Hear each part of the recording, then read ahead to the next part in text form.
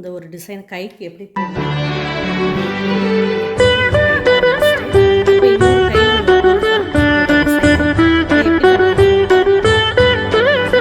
கையோட உயரத்தை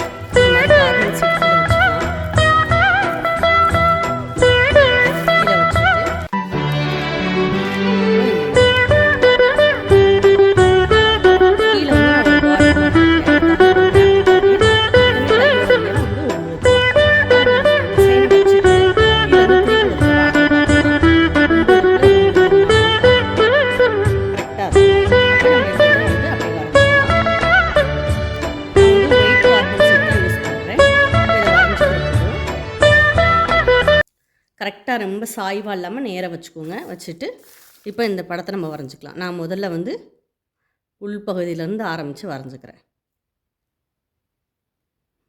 இந்த மாதிரி எல்லாத்துக்குமே ட்ரேஸ் பண்ணுறது தெரியும். அடுத்து நம்ம ட்ரேஸ் பண்ணிவிட்டு நான் காட்டுறேன். இப்போ பார்த்திங்கன்னா நம்ம அழகாக ட்ரேஸிங் பண்ணிட்டோம். இப்போ இதுக்கடுத்து என்ன பண்ணலான்றதை பார்க்கலாம். இப்போது நான் வந்து முதல்ல இந்த மயிலோட தோகைக்கெல்லாம் வந்து ஸ்டோன்ஸ் ஒட்டிக்கிற போகிறேன். இப்போது நம்ம வந்து கோல்டன் கலர் நான் வந்து திலகம் சேப்பு ஸ்டோன் எடுத்திருக்கேன்.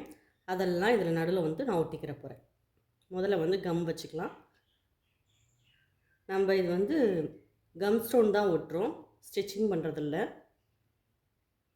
இந்த மாதிரி முதல்ல ஒட்டிடலாம். ஒட்டிட்டு நம்ம இப்போ இதில் எல்லாத்துலேயுமே ஸ்டோன் வச்சுக்கிற போகிறோம்.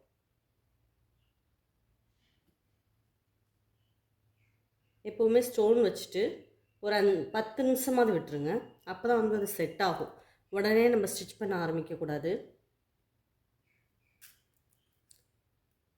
ஃபுல்லாக இந்த மாதிரி நம்ம ஒட்டிக்கிற போகிறோம்.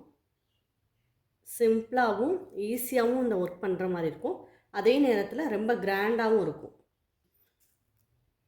இப்போ ஒரு 2 நாளில் 3 நாளில் இந்த ஆரி ஒர்க் பண்ணணும் அப்படின்னு நீங்கள் பண்ணிங்கன்னா இதை வந்து ஈஸியாக பண்ணிடலாம். நல்லா கிராண்ட் லுக்காகவும் இருக்கும். அதே நேரம் நமக்கு வந்து வேலையுமே சீக்கிரம் முடிஞ்சிடும். இது ஃபுல்லாகவே நம்ம ஒட்டிட்டு நான் காட்டுறேன். பார்த்திங்கன்னா நம்ம அந்த எல்லா தொகைக்குமே வந்து ஸ்டோன்ஸ் ஒட்டிட்டோம். ஒரு 10 நிமிஷம் மட்டும் நம்ம வெயிட் பண்ணலாம். அப்போ தான் அது வந்து நல்ல கம்மில் வந்து காயும். அதே மாதிரி ஒரு டிசைன் எடுக்க போகிறோம் அப்படின்னா முதல்ல நமக்கு அது என்னென்ன திங்ஸ் யூஸ் பண்ண போகிறோம் அப்படின்றத டிசைன் எடுக்கிறதுக்கு முன்னாடி இந்த திங்ஸ் எல்லாம் வந்து சூஸ் பண்ணி வச்சுக்கோங்க. அப்போ தான் நம்ம ஒரு டிசைனை டக்குன்னு ட்ரேஸ் பண்ணிவிட்டு அதை ஆரம்பிக்கிறதுக்கு ஈஸியாக இருக்கும். நீங்கள் ட்ரேஸ் பண்ணிவிட்டு அதுக்கு என்னென்ன நம்ம ஸ்டோன்ஸ் தேவை அப்படின்னு யோசிக்காமல் முதல்ல ஒரு டிசைன் பேப்பரில் எடுக்கிறீங்க. அதுக்கடுத்து நம்ம அந்த டிசைனுக்கு என்னென்ன திங்ஸ் தேவைன்றதை முதல்ல வாங்கி வச்சுட்டு அப்புறம் ட்ரேஸ் பண்ணிவிட்டு ஆரம்பிச்சிங்கன்னா டக்குன்னு நம்ம ஆரம்பிச்சிடலாம். இப்போ இது காஞ்சோடனே அடுத்த ஸ்டெப் என்ன பண்ணலான்றதை பார்க்கலாம். இப்போ பார்த்திங்கன்னா நம்ம இந்த ஸ்டோன் ஒட்டணும் பார்த்திங்களா, அந்த திலகம் அதை சுற்றி வந்து கோல்டு செயின் போட்டிருக்கோம். கோல்டு செயின் மேக்ஸிமம் எல்லாத்துக்குமே தெரியும். இருந்தாலும் நான் ஒரு தடவை ஒரு இதுக்கு மட்டும் ஒரு தொகைக்கு மட்டும் நான் போட்டு காட்டுறேன். இப்போ நம்ம வந்து இந்த கோல்டு செயினில் கீழே வந்து ஒரு நாட் போட்டுக்கலாம். நாட்டில் நிறைய மெத்தட் இருக்குது. சிம்பிளான மெத்தடை நான் போடுறேன். இந்த மாதிரி நாட் போட்டுக்கலாம். போட்டு இப்போ நம்ம வந்து இந்த பாதியிலேருந்து ஆரம்பிக்க போகிறோம்.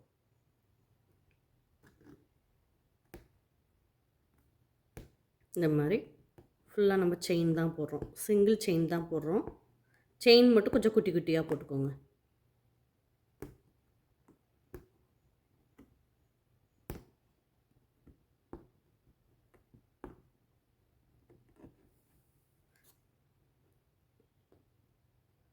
இப்படி நம்ம திருப்பும் போது ஃப்ரேமை வந்து கொஞ்சம் மூவ் பண்ணிக்கோங்க.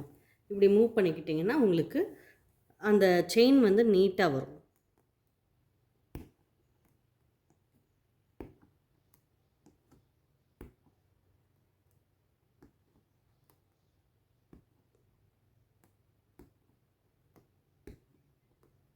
இந்த மாதிரி எந்த இடத்துல ஆரம்பித்தோமோ அந்த இடத்துல வந்துட்டு நம்ம முடிச்சு போட்டுக்கலாம். அந்த மாதிரி மேலே நம்ம அந்த செயினை இழுத்துட்டு கீழே வந்து இந்த செயினை இழுத்துக்கிற போகிறோம். இழுத்துட்டு நாட் போட்டுக்கலாம்.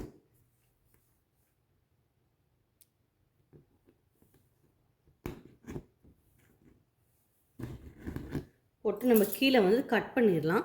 கட் பண்ணிட்டு தான் நம்ம அடுத்த துவைக்க ஆரம்பிக்க போகிறோம். அப்போ தான் வந்து உங்களுக்கு துணி வந்து அடியில் இழுக்காமல் இருக்கும். இப்போ நம்ம அடுத்த இதே மாதிரி தான் போட போகிறோம். போட்டு நான் காட்டுறேன். இப்போ ஃபுல்லாக நம்ம தொகைக்கு எல்லாமே கோல்டன் கலர் போட்டு முடிச்சிட்டோம். அடுத்து வந்து இந்த மேலே இருக்க பகுதிக்கு நம்ம போட போகிறோம். கோல்டு பீடு வச்சு நான் போட போகிறேன். எப்படி போடலான்றதை பார்க்கலாம்.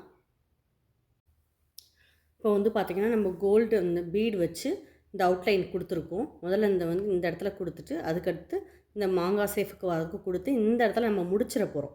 முடிச்சுட்டு திருப்பி இந்த இடத்துலேருந்து ஆரம்பிக்க போகிறோம். இப்போது நம்ம இந்த இடத்துல முடிச்சிடலாம்.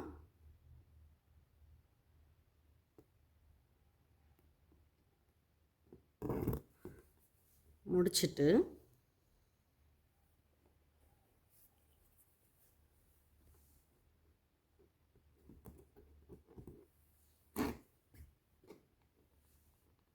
கீழே நாட் போட்டுக்கலாம்.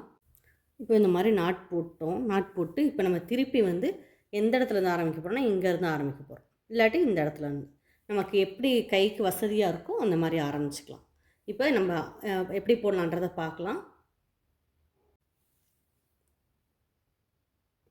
இப்போ இந்த இடத்துலேருந்து ஆரம்பிக்கிறேன். ஆரம்பித்து ஒரு பீடு எடுத்துக்கிறேன். கோல்டு இதுலேயே தான் போடுறேன். நான் சாதா நூலில் போடல, கொஞ்சம் கேப் விட்டு போடுறனால அப்போ தான் வந்து அந்த கோல்டு செயின் தெரிஞ்சால் தான் கிராண்டாக இருக்கும். அதுக்காக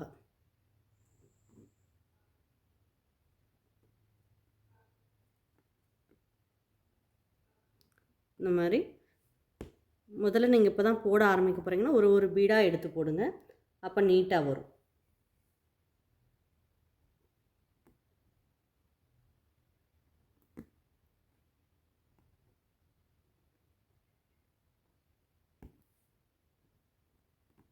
திருப்பி ஒரு பீடு இது மாதிரி ஃபுல்லாக நம்ம இந்த லைன் ஃபுல்லாக போட்டு முடிச்சிட போகிறோம்.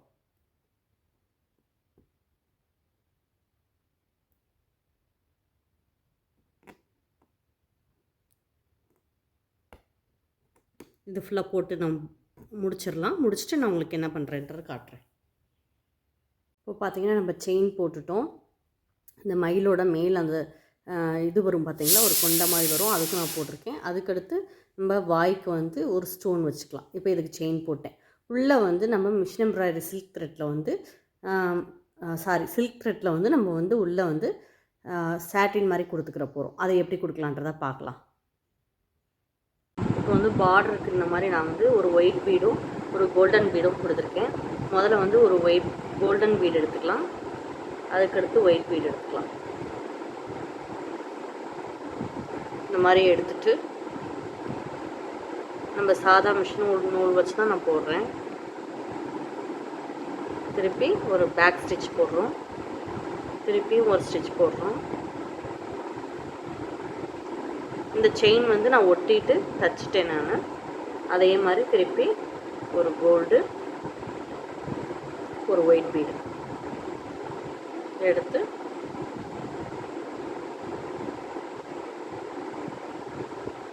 திருப்பி நம்ம பேக் ஸ்டிச் போகிறோம். இந்த இது ஃபுல்லாக நான் அப்படி தான் போட்டிருக்கேன். இந்த இதை முடிச்சுட்டு நான் காட்டுறேன். இப்போ நம்ம கை ஃபுல்லாகவுமே முடிச்சிட்டோம். நான் ஃபுல் ப்ளவுஸையுமே ஸ்டிச் பண்ணிவிட்டு உங்களுக்கு காட்டுறேன்.